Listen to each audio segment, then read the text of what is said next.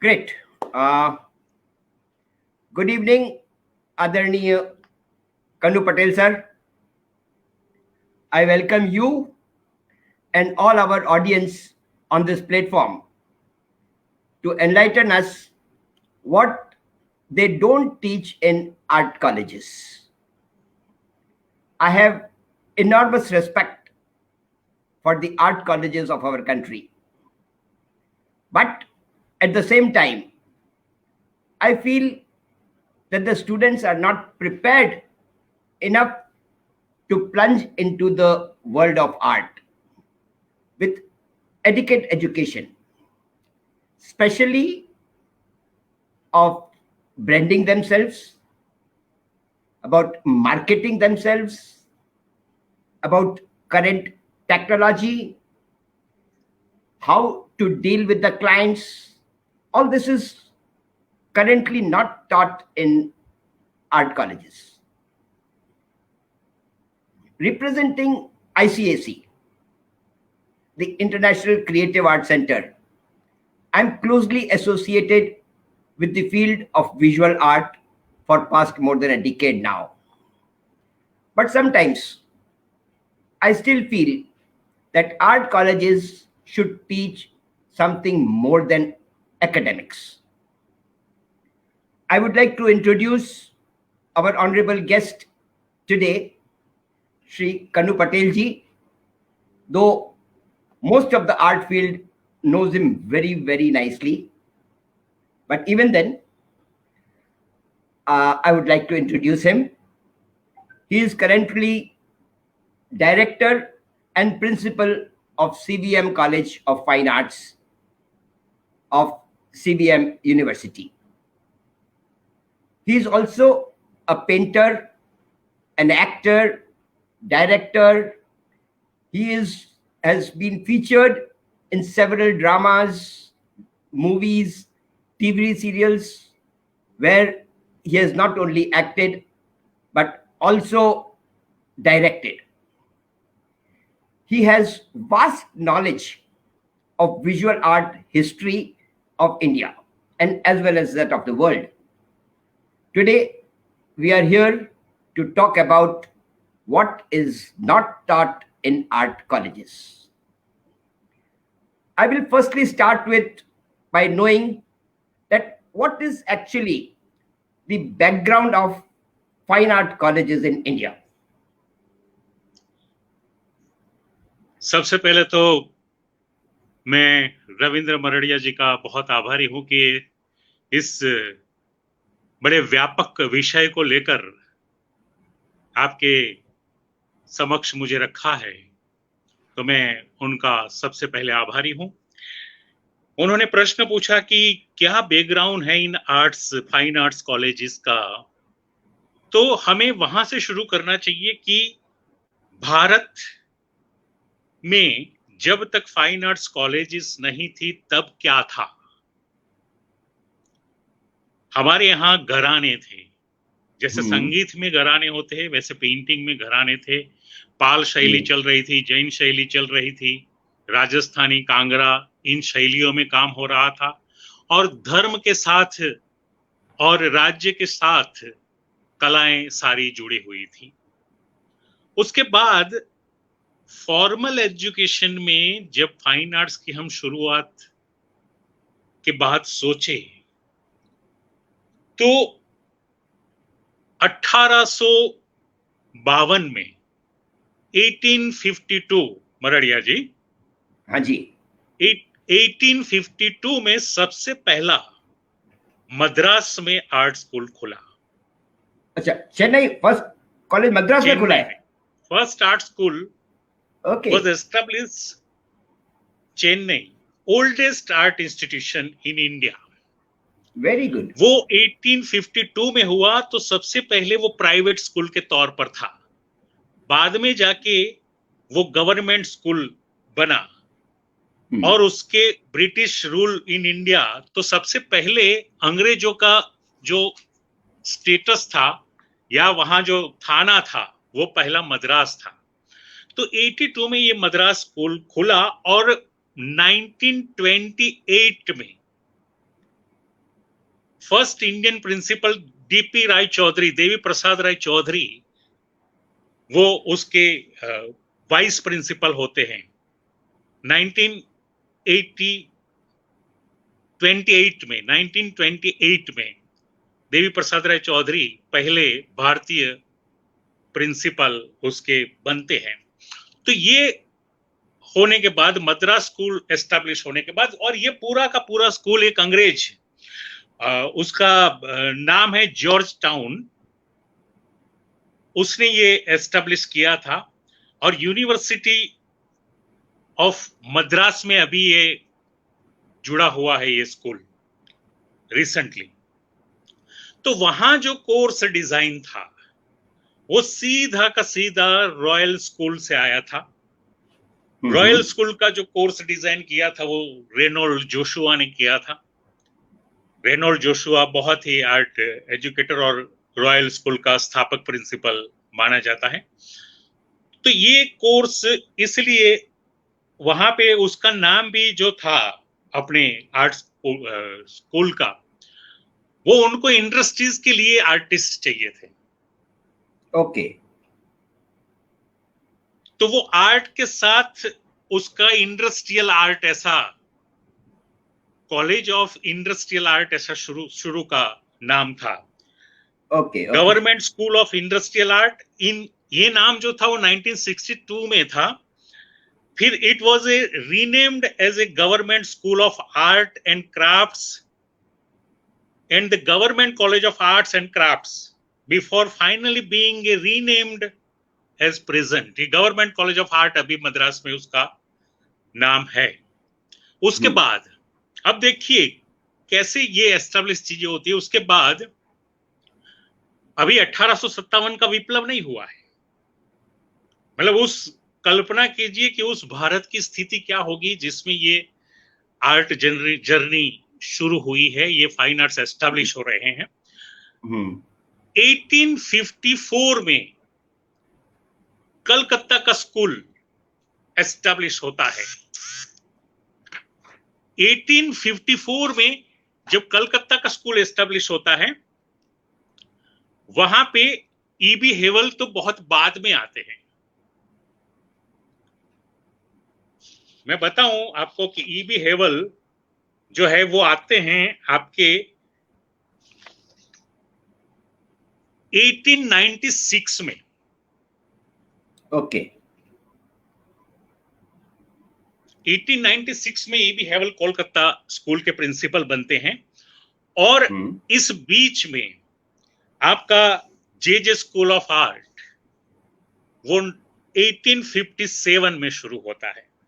यानी 1852 में मद्रास, 1854 में कलकत्ता और 1857 में जे स्कूल ऑफ आर्ट शुरू होती है। और एक चौथी स्कूल जो कंपनी सरकार ने एस्टैब्लिश की थी वो है Mayo school of art at Lahore. तब लाहौर इंडिया में था। वो एस्टैब्लिश होता है 1875 में, 1875 में। ओके। ओके। तो ये जो है हमारी आजादी का जब ये शुरू हुआ विप्लव 1857 में, उससे पहले ये चीजें एस्टैब्लिश होने लगी थी। और 1900 तक आते आते तो सारी चीजें बहुत अच्छी तरीके से ये एस्टैब्लिश हो गई थी आर्ट कॉलेजेस की। उनका मकसद ये था कि उनके शासन में उनको जो कर्मचारी चाहिए शासन के लिए, खोजबीन के लिए, रिसर्च के लिए, ब्लॉक मेकिंग के लिए, तो उस तरीके का अप्लाइड का कोर्स उन्होंने डिजाइन किया था। और पोर्ट्रेट्स का खास करके उसमें ज्यादा से ज्यादा लाइफ स्टडी और पोर्ट्रेट और स्टिल लाइफ, जो भी यूरोपियन आर्ट का कोर्स था वो एज इट इज यहां पे रखा गया था। लेकिन जब Solomon J school of art के प्रिंसिपल बनते हैं और अर्नेस्ट बेनफील्ड हेवेल, ईबी हेवेल, इन दोनों ने, ईबी हेवेल ने ओरिएंटल स्कूल ऑफ आर्ट की भी वहां पे कलकत्ता में स्थापना की और अवनींद्रनाथ टैगोर से मिलके उन्होंने भारतीय कला के बारे में ध्यान देना शुरू किया। और ये मिस्टर कौन से सन की सोलोमन बात जब है? जी ये शांति निकेतन की स्थापना कब हो गई? शांति निकेतन की स्थापना हुई, रविंद्रनाथ टैगोर ने उसकी स्थापना तो उनके पिताजी ने की थी 1907 में। शांति निकेतन तो बहुत बाद में आया और कला भवन जो है शांति निकेतन का, उसकी स्थापना हुई 1919 में। बहुत बाद में आया। कला भवन की स्थापना 1919 में हुई, जो लास्ट ईयर हमने उस कला भवन के 100 साल पूरे किए। उसके बारे में भी काफी हम लोगों ने एक बहुत रविंद्रनाथ का कला वैभव करके एक अभी कुछ दिनों में किताब आएगी, उसमें भी मेरा एक लेख है कि गुजरात और बंगाल का जो रहा है। और आप रविंद्र मराड़िया जी, हाँ जी, अब आपने शांति निकेतन की बात निकाली ही है तो उस पर भी थोड़ा प्रकाश डाल दूं कि शांति निकेतन का कला भवन जो है वो गुजरात के पैसों से बना है। वो कैसे? हाँ, जब रविंद्रनाथ टैगोर 7 बार गुजरात में आए थे शांति निकेतन के लिए, उसमें से 10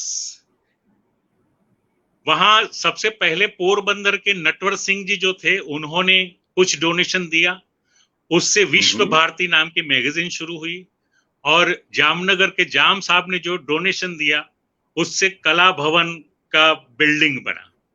वेरी गुड, वेरी गुड।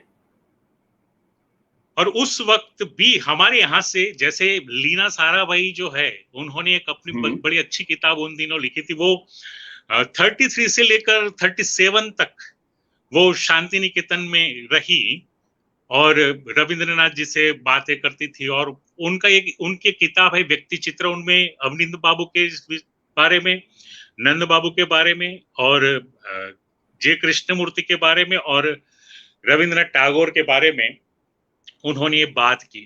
तो ये जो पूरा फाइन आर्ट्स का जो कोर्स था वो दरअसल अंग्रेजों ने अपने लिए असिस्टेंट तैयार करने के लिए डिजाइन किया था, क्योंकि उनको एक एजुकेशन सिस्टम चलाना था और फिर उसके दौरान उनके स्कूल टीचर तैयार हो।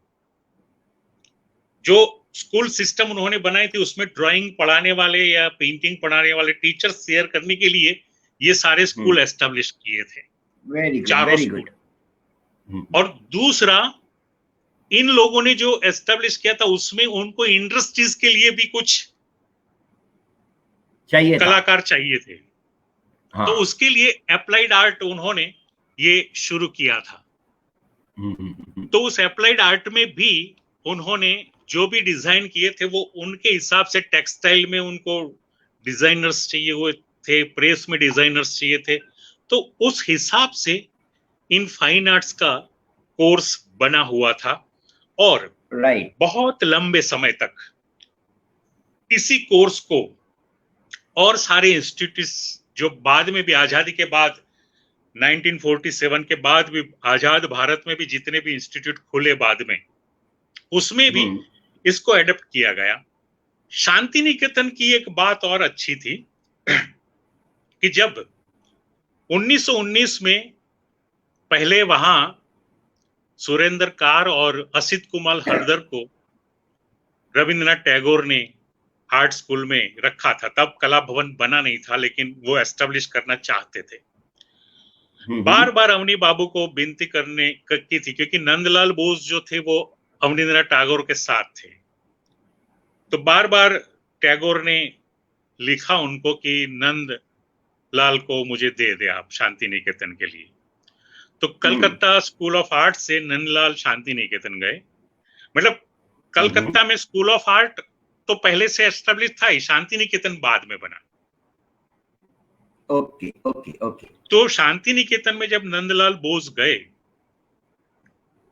उसी वक्त उनको लखनऊ स्कूल ऑफ आर्ट का भी ऑफर आया। तो लखनऊ वो नहीं जाके वो गुरुदेव के पास रहे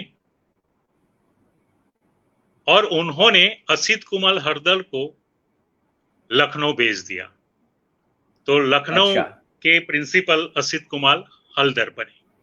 उसके बाद तो भारत में बहुत सारे बीएचयू का फाइन आर्ट्स कॉलेज बना, दिल्ली का आर्ट स्कूल बना, बंबई में और आर्ट स्कूल बने, मद्रास में और आर्ट स्कूल बने। नहीं, लेकिन अपना ये जो सबसे अहम जो मैं रविंद्र जी बताने जा रहा हूं वो बात कि ये सारे जो आर्ट स्कूल बने उसमें डिप्लोमा दिया जाता था। जे में आज भी डिप्लोमा दिया जाता है। अच्छा, सबसे पहला डिग्री कोर्स जो एस्टेब्लिश हुआ तो महाराजा सयाजीराव यूनिवर्सिटी बड़ौदा में, मैं एमएसयू वही में। पूछा था। हाँ। उसकी भी बहुत अच्छी कहानी है। हम्म। आज ही के दिनों में गुजरात कला प्रतिष्ठान ने एक किताब रीप्रिंट की है, उसका नाम है रूपप्रद कला। उसके राइटर है मार्कंड भट्ट। अच्छा। मार्कंड भट्ट का जन्म 1915 में भावनगर में हुआ था और वे जे स्कूल ऑफ आर्ट में उन्होंने फाइन आर्ट्स का डिप्लोमा लिया। उसके बाद फ्रीलांस काम करते हुए आगे की पढ़ाई के लिए वो अमेरिका गए और बार्न्स स्कूल से उन्होंने पढ़ाई की। और जो फर्स्ट लेडी वाइस चांसलर हमारी हंसा मेहता बहन थी, वो उनको फिलाडेल्फिया के एयरपोर्ट पर मिले, मार्कंड भट्ट से परिचित थे। तो वहीं पे उन्होंने कहा कि क्या कर रहे हो आजकल? तो बोले कि ये ऐसे पढ़ाई मेरी खत्म होने वाली। बोले पढ़ाई खत्म करते ही बड़ौदा आ जाओ। और उनको सीधा अपॉइंटमेंट दे दिया। ये बात है 1947 में उनको अपॉइंटमेंट दे दिया गया। अभी स्कूल एस्टेब्लिश नहीं हुआ था और व्यवस्थापक के रूप में उनको वहां पे अपॉइंटमेंट दी और ये कहा गया कि आप 2 साल में एक ऐसा डिग्री कोर्स का डिजाइन तैयार कीजिए कि जो भारत की यूनिवर्सिटी के लिए जरूरी हो। तो फाइन आर्ट्स का पहला डिग्री कोर्स बड़ौदा में शुरू हुआ, एमएस यूनिवर्सिटी में, भारत में। और आज हम देख रहे हैं कि बड़ौदा स्कूल पूरा एशिया का नंबर 1 स्कूल है फाइन आर्ट्स का। डेफिनेटली। तो वो जो है बेस में, मतलब देखने की वाली बात यह है कि जब सिंडिकेट के सामने इस कोर्स को रखा गया, मरड़िया जी, तो सिंडिकेट ने फाइन आर्ट्स का और परफॉर्मिंग आर्ट्स का कोर्स रिजेक्ट कर दिया। अच्छा। बोले कि एक चित्र बनाने वाले को, एक पेंट करने वाले को यूनिवर्सिटी डिग्री नहीं दे सकती, डिप्लोमा तक ठीक है। एक तबले बजाने वाले को कैसे हम किसी ग्रेजुएट के पास बैठा लेंगे? लेकिन वाइस चांसलर हंसाबेन मेहता इतनी दूरंदेशी थी उनकी दृष्टि, उन्होंने अपने सर्वाधिकार से 11/4 से इन दोनों कोर्स को अप्रूव्ड किया और आज ये हमारे पास एक कीर्तिमान है, बड़ौदा का कला महाविश्वविद्यालय। तो ये ऐसे एग्जांपल्स, मतलब विद्रोह तो कला में है ही। हाँ जी, क्या समझ में पूछ रहे आया थे आप? मुझे। ये तो हिस्ट्री हो गई आपके कॉलेजेस की वगैरह। ये हिस्ट्री हो गई पूरी। ये जो आर्ट कॉलेजेस के अंदर जो कोर्सेज हैं, आप बोलते हैं कि ये अंग्रेजों के जमाने से चले आ रहे हैं। इन कोर्सेज का आज की तारीख में क्या रेलेवेंस है? बड़ा अच्छा सवाल किया।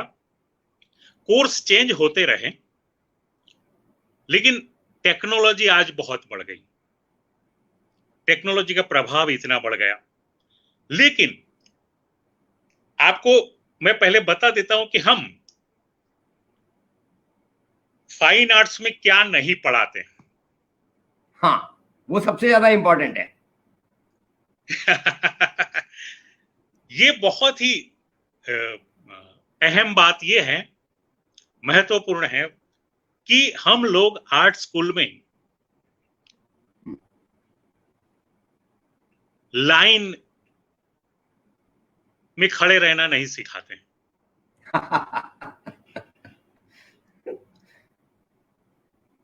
हमारे यहाँ जो स्टूडेंट है वो जहां खड़ा रहेगा वहां से लाइन शुरू होगी।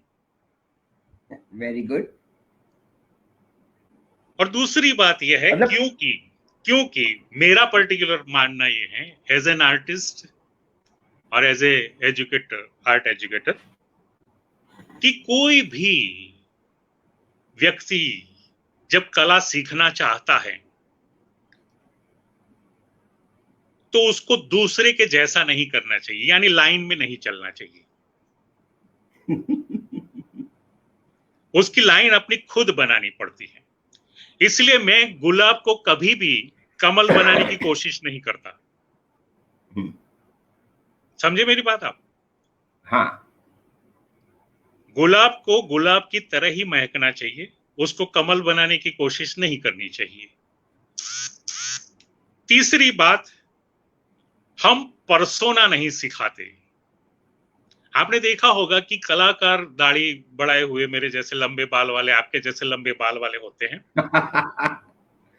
पर्सनालिटी जो है वो उनकी एक अलग तरीके की होती है, क्योंकि वो मुखौटा नहीं पहनते।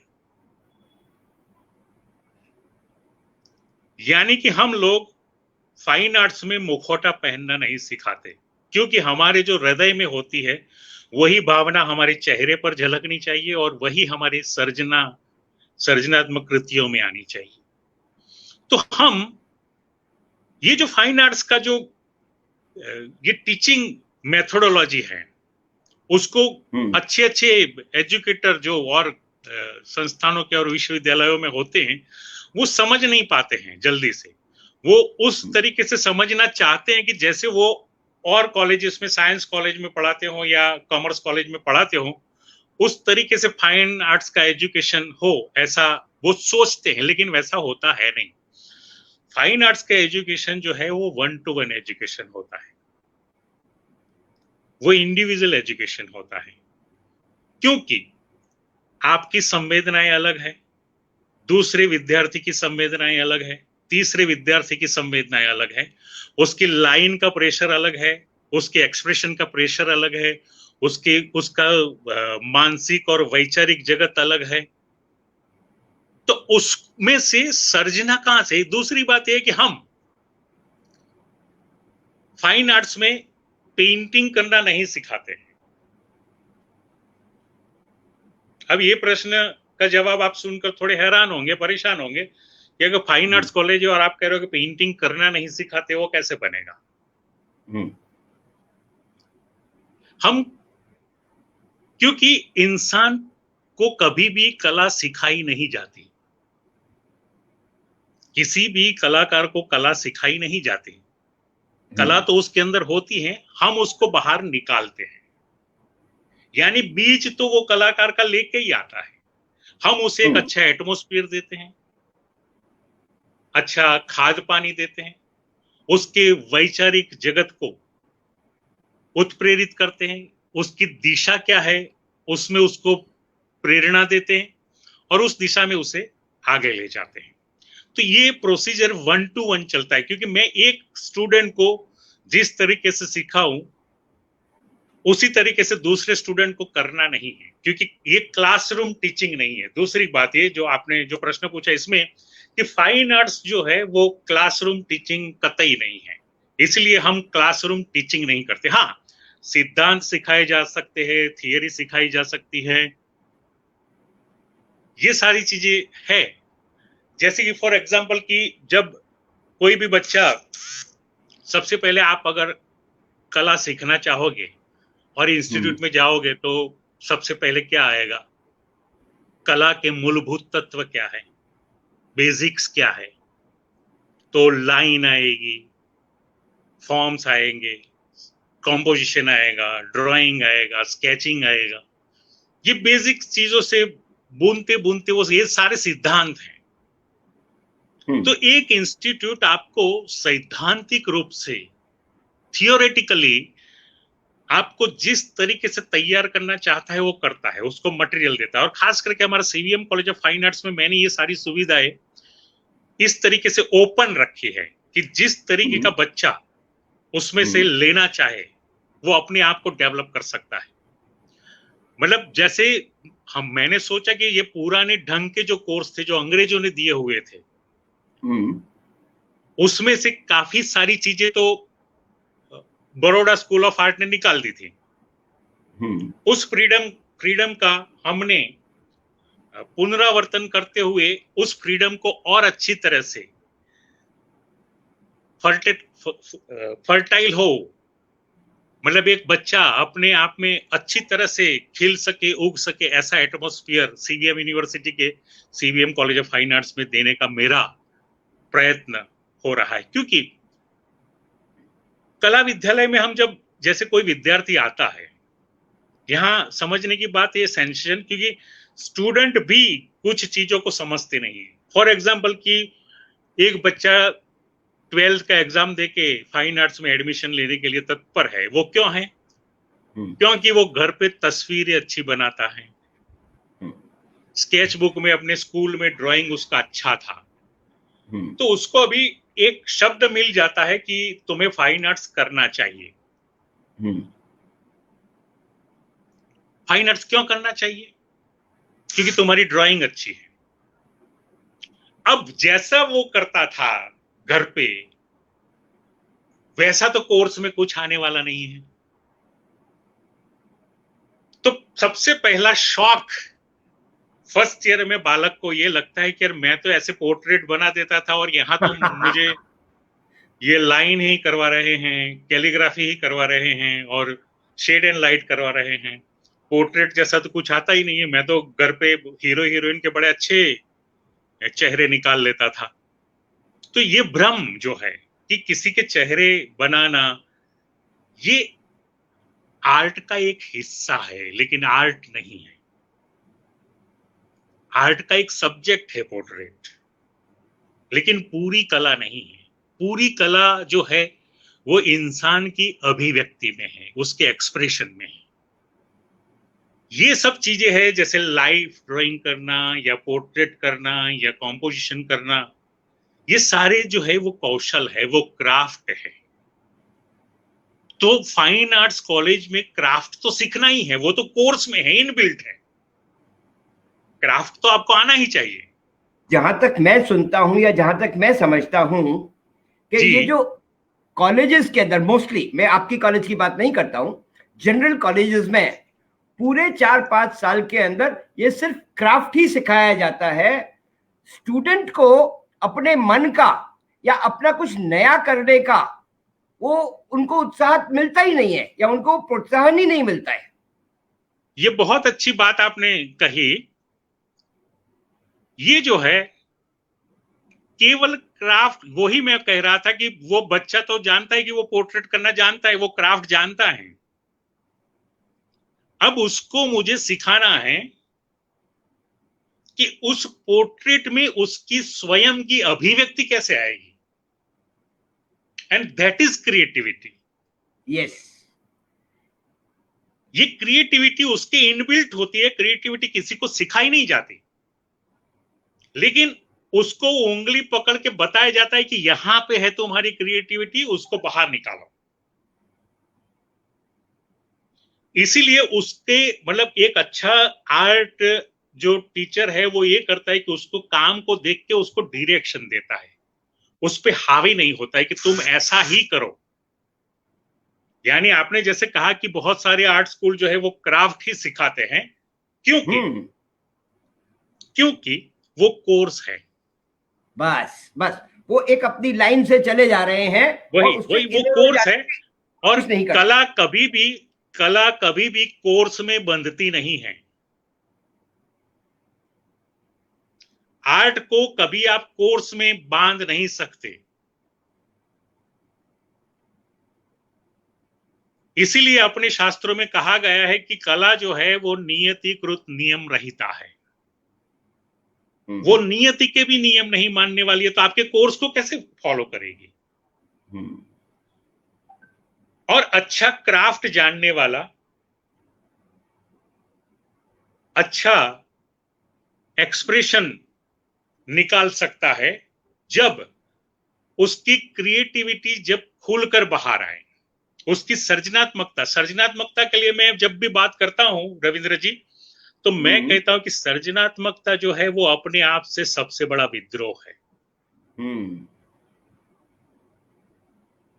अपने अस्तित्व के साथ सबसे बड़ा विद्रोह है, ये ओशो ने कहा है। अब देखो, जब अस्तित्व के साथ आपको विद्रोह करना आता है कि आपके जो सेल्फ है उसको सबसे पहले जानना पड़ेगा आपको कि आप चीज है क्या। राइट। अब जब आप अपने आप को जानेंगे तभी तो आप अपने आप को एक्सप्रेस कर पाएंगे। और जब आप अपने आप को एक्सप्रेस करना चाहेंगे तो आपके जो टूल्स है वो पावरफुल होने चाहिए। राइट। मतलब जैसे विचार तो आपके मन में आता है कि एक विचार आ गया, कंसेप्ट। आज की तारीख में कला का मूल कंसेप्ट माना जाता है, क्योंकि आज टेक्नोलॉजी इतनी व्यापक रूप में आ गई कि आपके पास एक आइडिया हो तो आप एक आर्टिस्ट बन सकते हैं।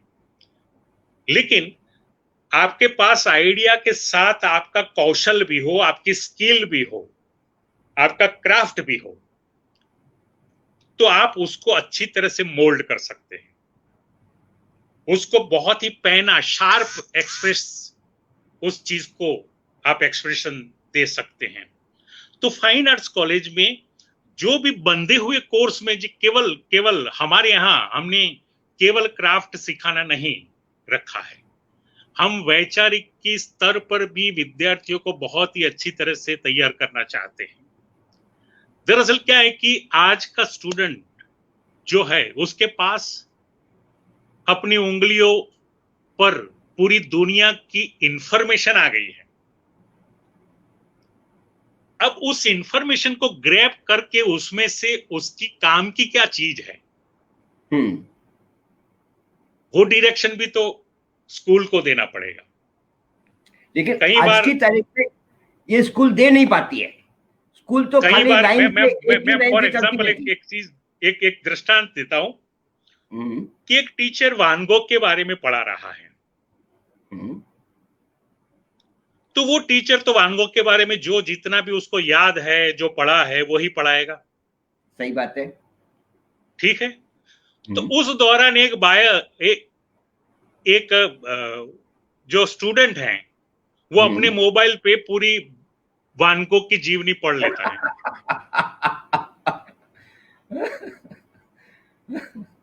अब टीचर्स को कुछ मुद्दे छूट गए हैं। हाँ, टीचर्स तो उतना जो वो पढ़ रहा है मोबाइल में उसकी वो पूरा याद नहीं रह सकता है। बायोग्राफी उतनी तो टीचर्स के पास नहीं होगा मटेरियल। हाँ। लेकिन जो टीचर्स के पास होगा वो वान गोग के चित्रों का अनुभव होगा। हाँ। वान गोग के चित्रों की जो गहराई है वो होगी उसके पास। तो अब जब इंफॉर्मेशन में लेक्स मिलती है स्टूडेंट को, तो स्टूडेंट का दिल टूट जाता है कि यार ये तो जो टीचर पढ़ा रहे वो तो ये कुछ अलग है और वो कुछ अलग कह रहे हैं।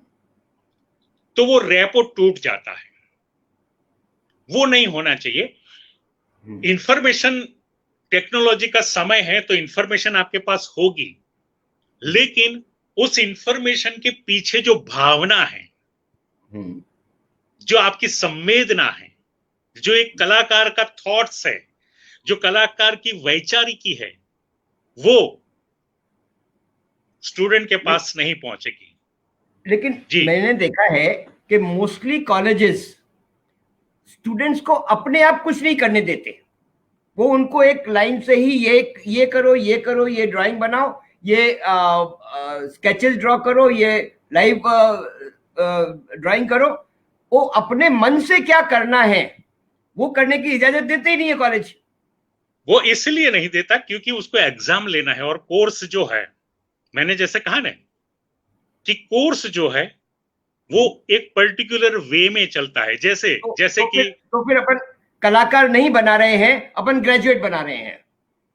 वही तो मैं कह रहा हूं कि कोई भी इंस्टीट्यूट कलाकार नहीं बना सकता। कलाकार तो पैदा ही होते हैं।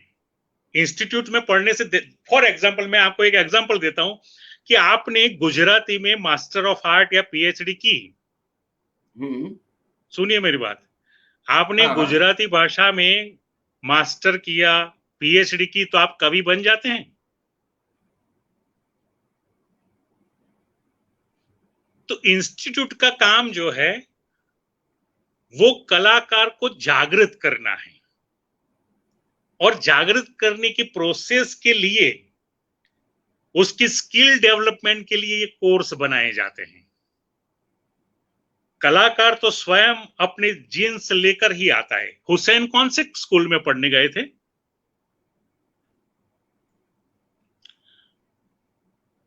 इसीलिए मैं ये कहता हूं कि ये जो आर्ट स्कूल की जो प्रोसेस है वो हमें ग्रेजुएट तो बनाती है, साथ साथ हमें तैयार होना है, स्टूडेंट को एज ए क्रिएटर तैयार होना है कि उसकी क्रिएटिविटी कैसे बढ़े।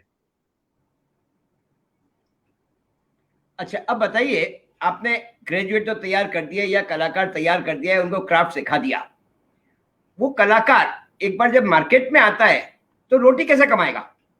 How will he make living as a artist? इसीलिए देखो, अब उस प्रश्न का उत्तर इसमें है कि स्किल है आपके पास। समझे ना मेरी बात? आपके पास स्किल है तो आप पैसे कमा सकते हैं। तो स्किल तो आपको डेवलप करनी ही पड़ेगी। क्रिएटिविटी भले ही बहुत कम लोगों में होती है, जैसे कि 50-100 विद्यार्थी एक बार में आते हैं एक स्कूल में, उसमें से जेन्युइन आर्टिस्ट देखो 3 तरह के स्टूडेंट होते हैं। फाइन आर्ट्स कॉलेज में 3 प्रकार के विद्यार्थी आते हैं। मैं थोड़ी आपको ब्रीफ दूं। हाँ। एक जो विद्यार्थी आता है, सबसे बड़ा लॉट, जिन लोगों की आप बात कर रहे हैं, सबसे बड़ा लॉट जो है वो फाइन आर्ट्स करके कैरियर बनाना चाहता है, उससे पैसे कमाना चाहता है और उसको अच्छे पैसे भी मिल रहे हैं। वो जो है अप्लाइड आर्ट पसंद करता है। अप्लाइड आर्ट का स्टूडेंट जो है वो कभी भूखे नहीं मरता। राइट। तो सबसे बड़ा लॉट जो है वो अप्लाइड में जाता है, तो वो अप्लाइड आर्ट सीख कर मार्केट में खप जाता है और अपनी अच्छी रोटी क्या, वो गाड़ी और बंगला भी बना देता है, सब कुछ। तो लेकिन ये उसको आर्ट कलाकार स्कूल नहीं के, बोल सकते। हाँ मैं उसी पॉइंट पे आता हूं।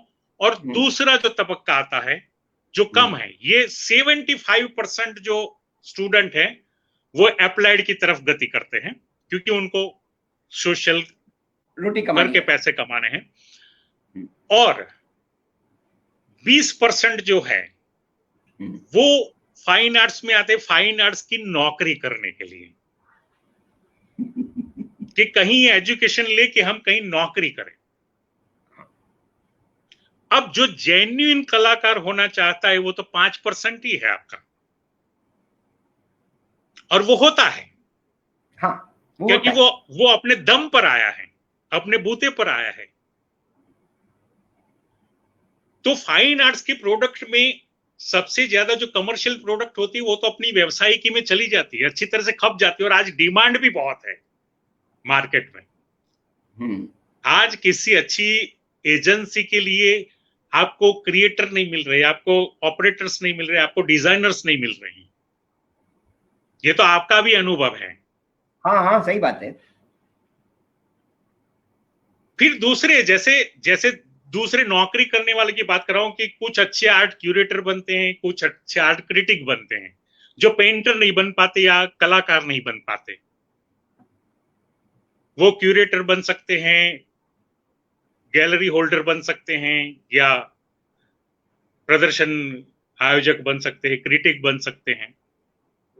और जो कलाकार बनना चाहता है वो तो शुरू से ही उसकी लीक अलग होती है, वो अपनी लीक से अलग चलता है, क्योंकि वो अपना मसाला खुद लेके आया है, वो अपना मटेरियल खुद लेके पहले से ही आया हुआ है।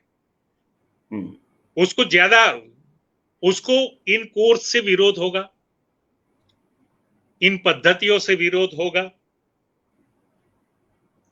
इन मेथड से विरोध होगा।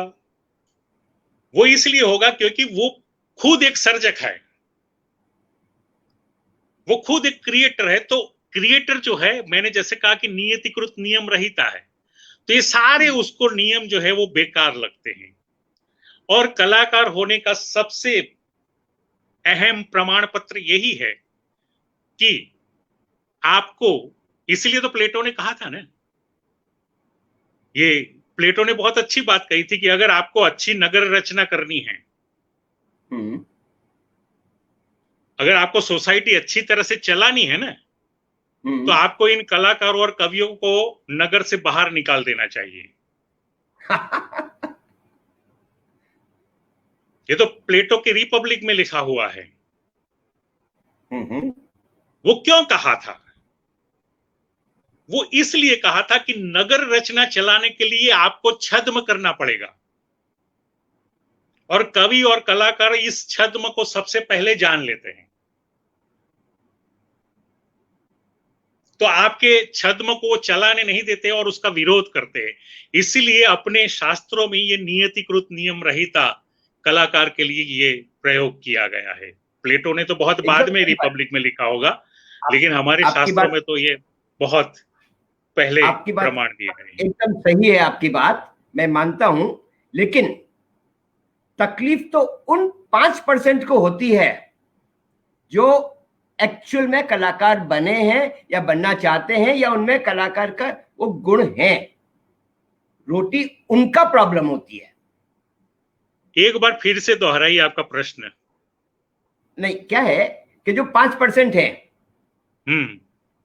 उनके लिए सबसे बड़ा प्रॉब्लम होता है रोटी कमाना। जी क्योंकि वो बिल्कुल तो कलाकार है, वो अपने मन का बिल्कुल करते हैं, वो बिल्कुल बाजार में क्या चाहिए वो नहीं बनाते हैं। उनको उनका काम बिके या नहीं बिके, इससे उनको कोई फर्क नहीं पड़ता है, लेकिन वो अपना काम अपनी धुन में करते रहते हैं। प्रॉब्लम उनकी रोटी की आती है, प्रॉब्लम उनकी ये दौर से मैं भी स्टैंडर्ड ऑफ गुजरा हूं। लिविंग की प्रॉब्लम आती है। इस दौर से मैं भी गुजरा हूं, क्योंकि जब कलाकार कोई भी सर्जना करता है, हमारे यहां की जो परंपरा थी रविंद्र जी, वो अच्छी थी, भारतीय।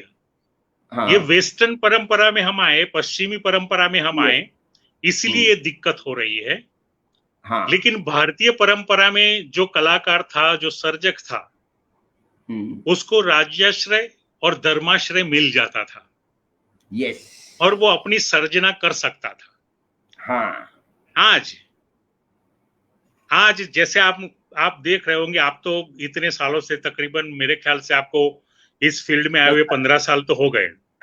10 हुए, मेरे ख्याल से 15 साल तो हो गए। तो आपने 10 साल 15 में। साल में महसूस किया होगा कि बीच का एक जो दौर था, तो कलाकारों को गैलरिया जो है वो पालती थी।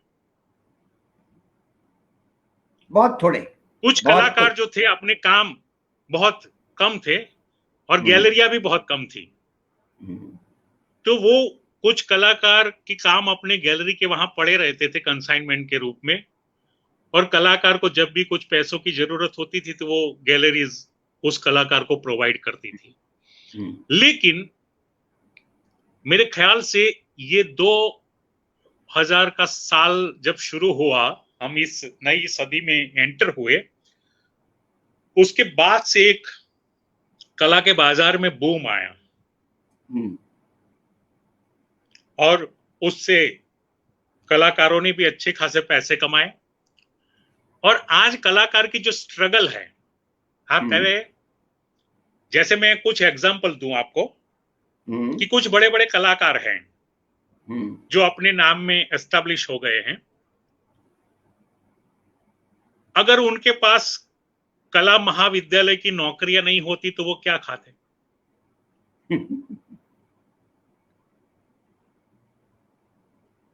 मतलब जब भी कोई भी कलाकार कला की बात करना चाहे और अपने एक्सप्रेशन की बात करना चाहे, आपका प्रश्न जैसे वाजिब है कि वो, जैसे ये प्रश्न आपने कोल्टे साहब को भी पूछा था कि उसकी रोटी का क्या। हाँ, ये जो एजेंडा कहां से आया?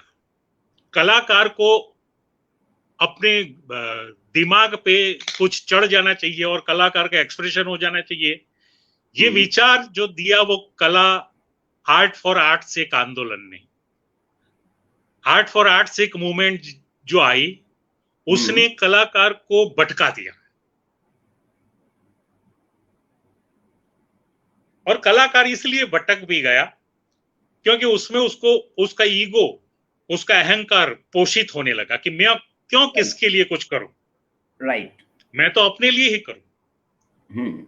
लेकिन कलाकार की निष्ठा उसी में है कि वो सोसाइटी का एक हिस्सा है, तो उसको सोसाइटी को ही ध्यान में रख के उसका एक हिस्सा, वो कोई अलग तो प्राणी है नहीं, कलाकार कोई अलग प्राणी तो है नहीं सोसाइटी से, तो उसको सोसाइटी में रहते हुए, सोसाइटी की बातें करते हुए वो उसके एक्सप्रेशंस देने चाहिए, और जहां पे प्रश्न है वहां पे उसको उंगली करने का अधिकार है ही। वो तो नियतिकृत नियम रहित है, इसलिए उसका अधिकार है वहां पे वो करनी तो बहुत चाहिए। अच्छी बात है, वो तो बहुत अच्छी बात है। लेकिन बेबुनियाद और बेबूझ कला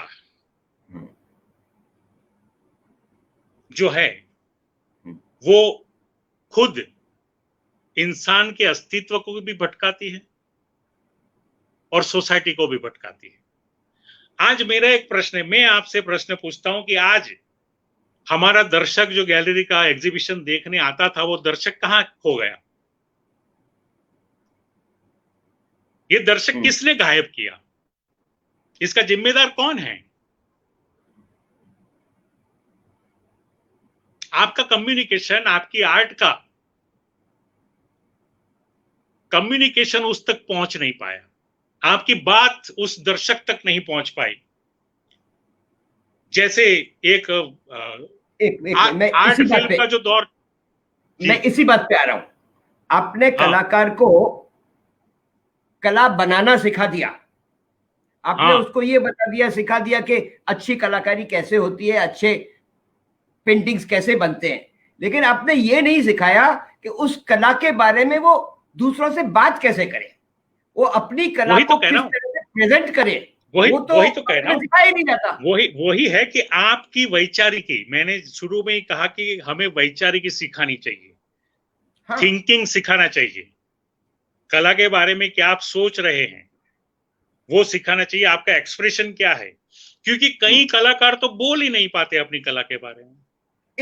कई कलाकार तो एक शब्द नहीं बोल पाते, एक लाइन नहीं लिख सकते अपनी कला के बारे में। तो उनकी कला बहुत अच्छा होते हुए भी वो एक्सप्रेशन, मतलब वही तो कह रहा हूं। और दूसरी बात ये भी है कि बीच में ये भी दौर चला कि हमने तो एक्सप्रेस कर लिया, अब आप देखो यहाँ कहने का कहाँ है, ये तो देखने की चीज है, ये भी एक दौर चला। वो भी चला, किसी हद तक सही है, as long as you are talking about abstract art. लेकिन देखने का भी एक शास्त्र है कि आप क्या देख रहे हो, कैसे देख रहे हो, उसकी भी एक लैंग्वेज है, उसकी भी एक पूरी थ्योरी है। एकदम सही बात है, लेकिन कलाकार को अपनी कला के बारे में बात करना आना बहुत जरूरी है। जरूरी है। मैं इस प्रश्न से आपके है। साथ बिल्कुल सहमत हूं। जब तक ये तब तक नहीं आएगा जब तक कलाकार दूसरी कलाओं से नहीं जुड़ेगा। दूसरी कलाओं के बारे में जब तक कलाकार पढ़ेगा नहीं, फॉर एग्जाम्पल एक पेंटर जो है वो नृत्य के बारे में नहीं पढ़ेगा, नाटक के बारे में नहीं पढ़ेगा, साहित्य के बारे में नहीं पढ़ेगा, तो वो देखेगा भी नहीं इन सारी चीजों को।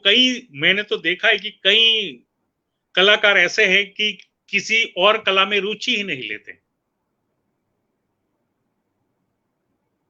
इसलिए वो एक प्रसंग अपने विष्णु धर्मोत्तर पुराण में है, इसका हमने एक परफॉर्मेंस भी सप्त कला संगम के नाम से किया था।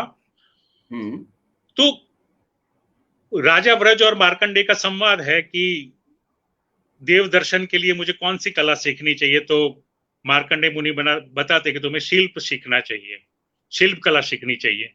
तो शिल्प कला सिखाओ, तो बोले शिल्प कला तभी आएगी जब चित्र समझोगे, चित्र सूत्र समझोगे। तो बोले चित्र सूत्र समझाओ, तो बोले चित्र सूत्र तभी समझ में आएगा जब नृत्य समझोगे। तो बोले मुझे नृत्य सिखाओ, तो बोले नृत्य तभी समझ में आएगा जब तुम ताल समझोगे। तो बोले मुझे ताल सिखाओ। ताल तभी समझ में आएगा जब तुम्हें सुर समझ में आएगा। मुझे सुर समझाइए। सुर तभी समझ में आए जब तुम्हें शब्द समझ में आएगा, और सबसे बड़ा शब्द है ओम। तो ये जो है ओम से लेके मूर्ति तक की जो यात्रा है, अमूर्त से लेके मूर्त तक की जो यात्रा है, ये इस यात्रा को कलाकार को समझना चाहिए कि सारी इंटरडिसिप्लिनरी है कलाएं, एक दूसरे से जुड़ी हुई है कलाएं। इसीलिए हमेशा एक क्षेत्र के कलाकार को दूसरे क्षेत्र की कला को समझना चाहिए, उसको समझने की बहुत अच्छी तरह से कोशिश करनी चाहिए। अब ये अपनी बात हो गई इस बारे में कि क्या करेगा क्या नहीं करेगा, बट इस सब चक्कर में, ये सब कॉलेज की एजुकेशन में, जो असली कलाकार है, जो सिर्फ कला के लिए कला करना चाहता है, कमाने के लिए नहीं, या अपने आप नौकरी करने के लिए नहीं, या कोई भी उद्देश्य लेकर के नहीं करना चाहता है, सिर्फ कला के लिए ही कला करना चाहता है, उनका भविष्य क्या है? अच्छा है उसका भविष्य, क्योंकि अच्छा लंबी बात इसलिए है, नहीं, मैं बताता हूं। हाँ। मैं बताता हूं क्योंकि मैं हमेशा पॉजिटिव थिंक करता हूं। क्योंकि देखो, आप निष्ठापूर्वक जो भी काम करेंगे उसको लगे रहना पड़ेगा उसमें, वहां से अगर भटकेगा नहीं, 5-10 साल उसको बहुत ही तकलीफ सहन करनी पड़ेगी, बहुत ही दिक्कतें आएंगी, खाने को भी पैसे नहीं मिलेंगे। लेकिन जो अपनी कला के साथ रहेगा तो उसका भविष्य उज्जवल होता है। Very good. वो इसीलिए उज्जवल होता है क्योंकि वो अपने आप को मजबूत बनाता है, अपनी अभिव्यक्ति को मजबूत बनाता है। वो इस दौरान अपने आप को वो घड़ता है इस समय के उस दौर में। तो वो जो प्रक्रिया है उसमें से जब पॉजिटिवली एक कलाकार अपना कोई एक्सप्रेशन देगा तो वो सोसाइटी को अवश्य अपील करेगा, और जब सोसाइटी को उसकी अभिव्यक्ति अपील करेगी तो सोसाइटी उसे अप्रिशिएट करेगी। Definite, I agree with you. अब और जब सोसाइटी में कलाकार का एप्रिसिएशन होगा, कला का एप्रिसिएशन होगा, तो कलाकार का एप्रिसिएशन होगा। कलाकार का जब एप्रिसिएशन होगा तो उसको एक भविष्य मिल जाएगा, उसको एक प्लेटफॉर्म मिल जाएगा।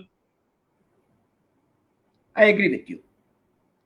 तो ये जो साइकिल है उसमें थोड़ा उसको रुक के सहन करना पड़ेगा, क्योंकि कला अगर आप करना चाहते हैं तो आपकी सहन शक्ति भी बढ़नी चाहिए।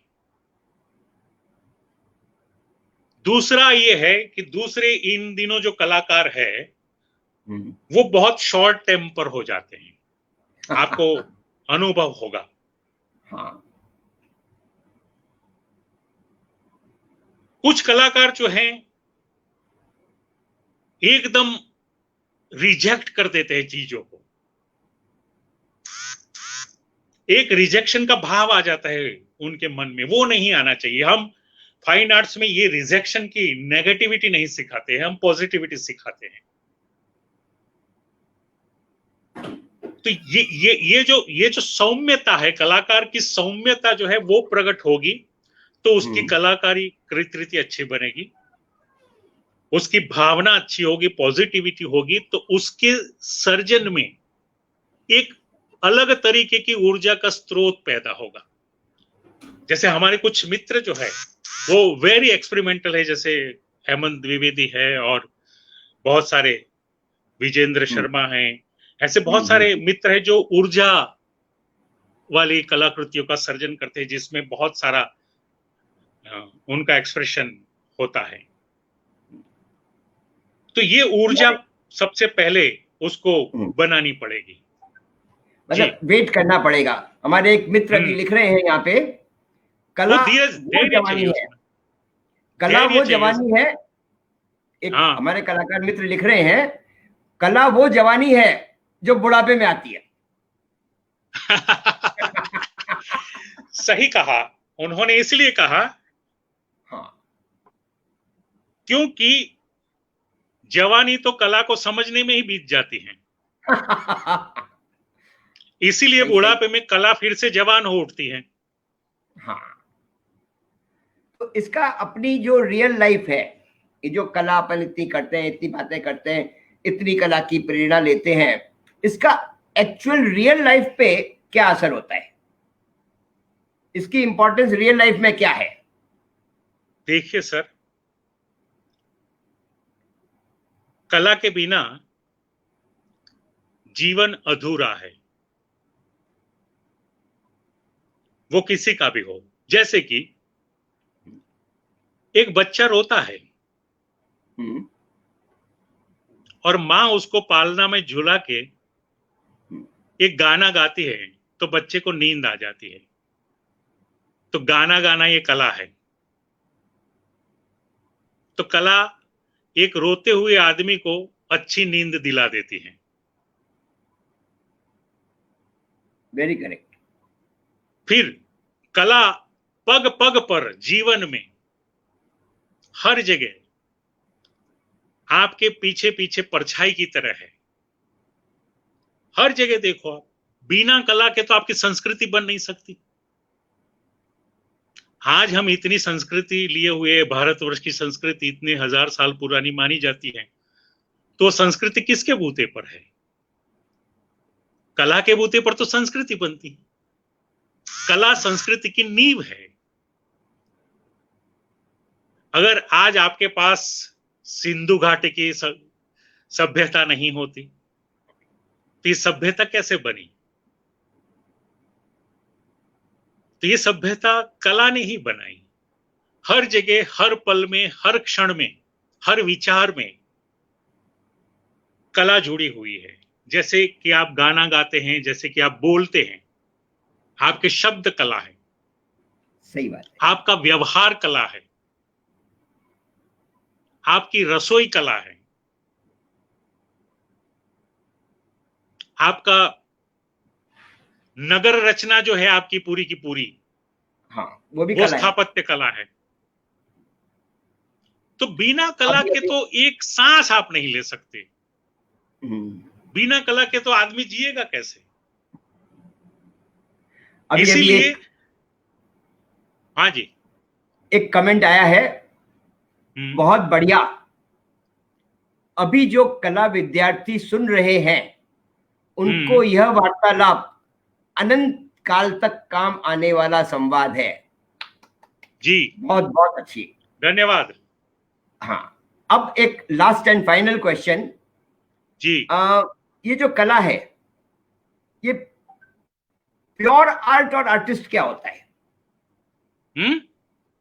प्योर आर्ट और आर्टिस्ट क्या होता है? What is pure art? Pure art और दूसरा क्या? आर्टिस्ट। आर्टिस्ट। आर्टिस्ट, हाँ। ये बड़ा अच्छा प्रश्न आपने पूछा। हाँ। कि ये प्योर आर्ट के साथ जब जुड़ता है तो ये पश्चिम का अनुशासन है। क्योंकि पश्चिम में मिलावट है, हमारे यहाँ मिलावट नहीं है। हमारे यहाँ तो सारी की सारी चीजें प्योर ही प्योर है। हाँ। इसलिए प्योर आर्ट और वो भेद नहीं है। हमारे यहाँ कला ही कला है। हाँ, लेकिन अभी तो इसके लिए दूसरा शब्द है हमारे पास। दूसरा शब्द है हमारे पास, कौशल है, हमारे पास क्राफ्ट है। एक आर्टिस्ट जो होता है, वही मैं बता रहा हूं, एक आर्टिस्ट जो होता है वो क्राफ्ट को करने वाला होता है, और एक आर्टिस्ट जो होता है वो कला को करने वाला होता है, जिसे आप प्योर आर्ट कहते हैं। जिसे आप प्योर आर्ट कहते हैं। जो प्योर आर्ट की अगर मैं एक लाइन में व्याख्या दूं तो प्योर आर्ट वही है कि जो उसका उद्देश्य केवल सत्यम शिवम सुंदरम रहा हो। I agree with you. लेकिन आप जिस कला का उद्देश्य सत्यम शिवम सुंदरम है वही प्योर आर्ट है, जिसमें कलाकार की अभिव्यक्ति का सत्य है। वो जो अभिव्यक्ति दिखाने का तरीका है वो सुंदर है, और उसके पीछे की भावना शिव यानी जो कल्याणकारी है। मैं जो आपकी सत्य बातों है, से जो सुंदर है और कल्याणकारी है, वो ही प्योर आर्ट है। मैं आपकी बातों से सहमत हूं, लेकिन आपके कॉलेजेस के अंदर या इंस्टीट्यूशंस के अंदर तो जो पश्चिम से आए हुए कोर्स आपने उसके अंदर कंट्रीब्यूट कर दिए या पॉल्यूट कर दिया, उससे जो भारतीय कला थी या जो सत्यम शिवम सुंदरम की कला थी, वो तो थोड़ी बहुत पॉल्यूट हो गई। थोड़ी बहुत की बात क्या कर रहे हो, बहुत सारी पॉल्यूटेड हो गई। थोड़ी बहुत नहीं, पूरा का पूरी संस्कृति हमारी भ्रष्ट हो गई। पश्चिम के आक्रमण से तो पूरी की पूरी संस्कृति नष्ट हो गई है। तो अब क्या? ये इसमें केवल कला के कोर्स की क्या बात है, पूरी की पूरी संस्कृति नष्ट नहीं हुई है। आपके संगीत में वेस्टर्नाइज हो गया, आपके साहित्य वेस्टर्नाइज हो गया, आपकी कला वेस्टर्नाइज हो गई, आपकी सिनेमा वेस्टर्नाइज हो गई, आपके गाने वेस्टर्नाइज हो गए। तो अब आपको नहीं? अब इसको बचाने का तरीका जो है वही आप पूछ रहे हैं कि इससे बचने का तरीका क्या है। इसका एक एग्जांपल दूं आपको मैं, बहुत बढ़िया। अपने यहां मुगलों ने शासन कितने साल किया? कुल 700 साल। 700 साल किया। और 200 साल अंग्रेजों ने शासन किया। 900 साल। और 100 साल से हम अंग्रेजों के शासन के आधिपत्य के तले जी रहे हैं। वो अंग्रेज गए, लेकिन अंग्रेजी शासन तो अब भी है ना। है। लेकिन फिर भी आज भी रामायण इतनी अपील करती है और आज भी महाभारत इतनी अपील करती है। इतने आक्रमण हमारे इस संस्कृति को नष्ट नहीं कर पाए हैं, तो ये पश्चिम का कला स्रोत नष्ट नहीं कर पाएगा, क्योंकि हमारे जीवन के साथ लोक जुड़ा हुआ है, लोक तत्व जुड़ा हुआ है। जब तक ये लोक जिंदा है हमारे अंदर, हमारे अंदर लोर जिसे कहते हैं, वो जिंदा है, तब तक भारतीयता को कुछ नहीं हो सकता। भारतीय विचार वैसे ही सृष्टि पर राज करते रहेंगे। आज भी भारतीयता जो है वो अपीलिंग है, भारतीय शास्त्र जो है वो अपीलिंग है। Very nice. कनु जी, धन्यवाद। आपका हाँ जी, बहुत समय ले लिया आपका। आपका बहुत बहुत धन्यवाद। और सिर्फ मैं धन्यवाद नहीं दे रहा हूं, मेरे इतने सारे जो मैसेजेस आए हैं, सभी ने आपकी जो वार्तालाप हुआ है या आपका जो आपसे जो सीखने को मिला है वो बहुत ही ज्यादा वैल्यूएबल है। मेरी इच्छा है, thank you very much sir. इतने सारे प्रश्न आए हैं, इनको ऑर्गेनाइज भेजिएगा। नहीं, अपन एक बार और एक भेजिएगा, मैं लिख लूंगा उसके जवाब। एक बार और एक सेशन करना चाहूंगा आपके साथ में। ठीक है, आप प्रश्न मुझे भेज दीजिएगा। हाँ जी, अपन जरूर एक बार और वार्तालाप करेंगे। आपका बहुत बहुत धन्यवाद। थैंक यू कनु पटेल। थैंक यू रविंद्र जी, बहुत मुझे ये मौका दिया इसलिए मैं आपका आभारी। और जितने भी मेरे देखने वाले और सुनने वाले दर्शक हैं, उसका भी मैं बहुत बहुत आभारी हूं। मुझसे जितना भी कला की सेवा हो सकी उतनी कर रहा हूं। मैं बहुत CVM college of fine arts में मानद नियामक हूं। आभार, धन्यवाद। बहुत बहुत धन्यवाद साहब। Thank you very much.